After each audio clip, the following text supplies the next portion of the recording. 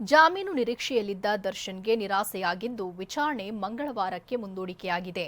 ಕೊಲೆ ಪ್ರಕರಣದಲ್ಲಿ ದರ್ಶನ್ ವಿರುದ್ಧ ಒಳಸಂಚು ಎಂದು ಸಿವಿ ನಾಗೇಶ್ ವಾದ. ಬೆಂಗಳೂರಲ್ಲಿ ಚಿಕಿತ್ಸೆ ಪಡೆಯುತ್ತೇನೆಂದು ದರ್ಶನ್ ಹಠ. ಈ ಎಲ್ಲ ಸುದ್ದಿಯನ್ನ ನೋಡೋಣ ಪಂಚನಾಮೆ ಪಂಚ್ ನ್ಯೂಸ್ ಟಾಪ್ 9 ನಲ್ಲಿ.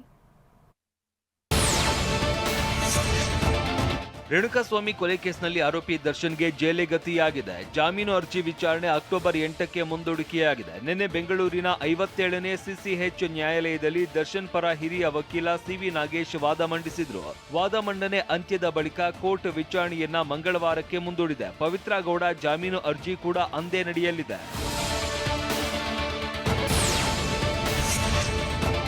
ದರ್ಶನ್ ಫೋನ್ ಕಾಲ್ ಡೀಟೇಲ್ಸ್ ಆಧಾರದ ಮೇಲೆ ಒಳಸಂಚು ಅಂತ ಬಿಂಬಿಸಲಾಗ್ತಾ ಇದೆ ಅಂತ ಆರೋಪಿ ದರ್ಶನ್ ಪರ ಸಿವಿ ನಾಗೇಶ್ ವಾದ ಮಂಡಿಸಿದ್ದಾರೆ. ಆದ್ರೆ A1 ಸ್ನೇಹಿತೆ ಅಂತ ಅಭಿಯೋಜನೆಯಲ್ಲಿ ಹೇಳಲಾಗಿದೆ.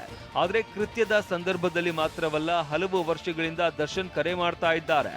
ಪ್ರಾಸಿಕ್ಯೂಷನ್ ಕೇಸಿನ ಪ್ರಕಾರವೇ ಇಷ್ಟು ಬಾರಿ ಕರೆ ಮಾಡಲಾಗಿದೆ. ಸ್ನೇಹಿತೆ, ಕೆಲಸದವರಿಗೆ ಕರೆ ಮಾಡಿದರೆ ತಪ್ಪೆ ಅಂತ ಸಿವಿ ನಾಗೇಶ್ ವಾದಿಸಿದ್ದಾರೆ. ಸಿಸಿಟಿವಿಯ ಯಾವ ದೃಶ್ಯದಲ್ಲೂ ದರ್ಶನ್ ಇಲ್ಲ, ಮನೆಗೆ ಬರುವಾಗ ಬಿಟ್ಟರೆ ಬೇರೆಡೆ ಸಿಸಿಟಿವಿ ದೃಶ್ಯ ಇಲ್ಲ ಅಂತ ವಾದಿಸಿದ್ದಾರೆ. 57ನೇ ಸಿಸಿಎಚ್ ಕೋರ್ಟ್ನಲ್ಲಿ ಕಾಮಾಕ್ಷಿಪಾಳ್ಯ ಠಾಣೆ PSI ಹೇಳಿಕೆಯನ್ನು ಆರಂಭದಲ್ಲೇ ಓದಿದ್ದ ದರ್ಶನ್ ಪರ ವಕೀಲ ಸಿವಿ ನಾಗೇಶ್, ನಾನು ಸಿಸಿ ಕ್ಯಾಮೆರಾ ಕಳುಹಿಸಿದ್ದೇನೆ ಎಂದಿದ್ದಾರೆ. ಜೂನ್ 9ರಂದೇ ಪೊಲೀಸರಿಗೆ ಕೃತ್ಯದ ಸಂಪೂರ್ಣ ಮಾಹಿತಿ ಇತ್ತು.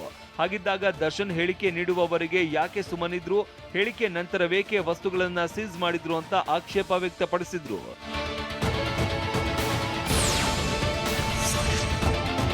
FSL ವರದಿಯಲ್ಲಿ ವಿಡಿಯೋ ಇಲ್ಲ ಅಂತ ಹೇಳಲಾಗಿದೆ. ಹಾಗಿದ್ದಾಗ PSI ಇದನ್ನ A14 ಆರೋಪಿ ಪ್ರದೋಷ್ಗೆ ಹೇಗೆ ಕಳುಹಿಸಿದ್ರು?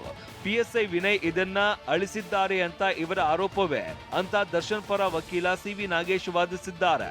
122 ಬಾರಿ PSI ವಿನಯ್ A14 ಜೊತೆ ಚಾಟ್ ಮಾಡಿದ್ದಾರೆ. ಹಾಗಿದ್ದಾಗ PSI ವಿನಯ್ ಮೊಬೈಲ್ ಯಾಕೆ ಸೀಸ್ ಮಾಡಿಲ್ಲ? ಮೊಬೈಲ್ನಲ್ಲಿನ ವಿಡಿಯೋ ಯಾಕೆ ರಿಕವರಿ ಮಾಡಲಿಲ್ಲ ಅಂತ ಪ್ರಶ್ನಿಸಿದ್ದಾರೆ.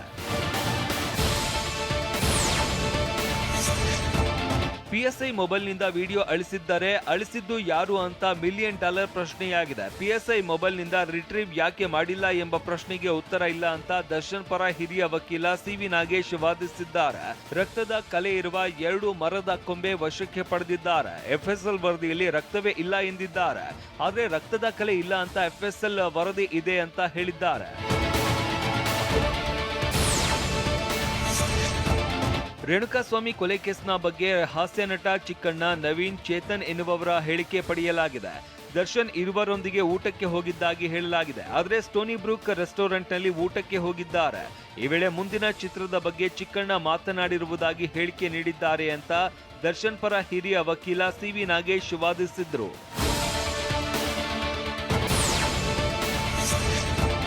ಕೊಲೆ ಕೇಸ್ನಲ್ಲಿ ಬಳ್ಳಾರಿ ಸೆಂಟ್ರಲ್ ಜೈಲು ಪಾಲಾಗಿರುವ ನಟ ದರ್ಶನ್ಗೆ ಬೆನ್ನು ನೋವು ಕ್ಷಣ ಕ್ಷಣಕ್ಕೂ ಕಾಡ್ತಾ ಇದೆ. ಕುಂತ್ರೆ ನಿಲ್ಲೋಕಾಗ್ತಾ ಇಲ್ಲ, ನಿಂತ್ರೆ ಕೂರೋಕಾಗ್ತಾ ಇಲ್ಲ ಅಂತ ಪರಿಸ್ಥಿತಿ ನಿರ್ಮಾಣವಾಗಿದೆ. ಹೀಗಾಗಿ ರಾತ್ರಿ ವೇಳೆ ನಿದ್ರೆ ಮಾಡದೆ ಕಂಗೆಟ್ಟಿದ್ದಾರೆ. ಪೇನ್ ಕಿಲ್ಲರ್ ಮಾತ್ರೆ ತಗೊಂಡರೂ ಸಹ ನೋವು ಮಾತ್ರ ಕಡಿಮೆಯಾಗ್ತಾ ಇಲ್ಲ. ಇನ್ನು ಸರ್ಜರಿ ಮಾಡಿಸದಿದ್ದರೆ ಕಷ್ಟ ಅಂತ ವೈದ್ಯರು ಹೇಳಿದ್ದಾರಂತೆ.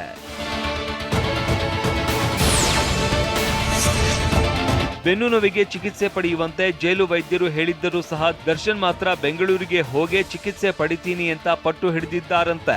ಬೆನ್ನು ನೋವಿಗೆ ಸ್ಕ್ಯಾನಿಂಗ್, ಸರ್ಜರಿ ನಿರಾಕರಿಸಿದ್ದು ಜೈಲಧಿಕಾರಿಗಳು ದರ್ಶನ್ ಹೇಳಿಕೆಯನ್ನ ರೆಕಾರ್ಡ್ ಮಾಡಿಕೊಂಡಿದ್ದಾರೆ. ಏನಾದರೂ ಹೆಚ್ಚು ಕಡಿಮೆ ಆದರೂ ಅಧಿಕಾರಿಗಳ ಮೇಲೆ ಬರಬಾರದು ಅಂತ ವಿಡಿಯೋ ರೆಕಾರ್ಡ್ ಮಾಡಿಕೊಂಡಿದ್ದಾರೆ ಎನ್ನಲಾಗಿದೆ.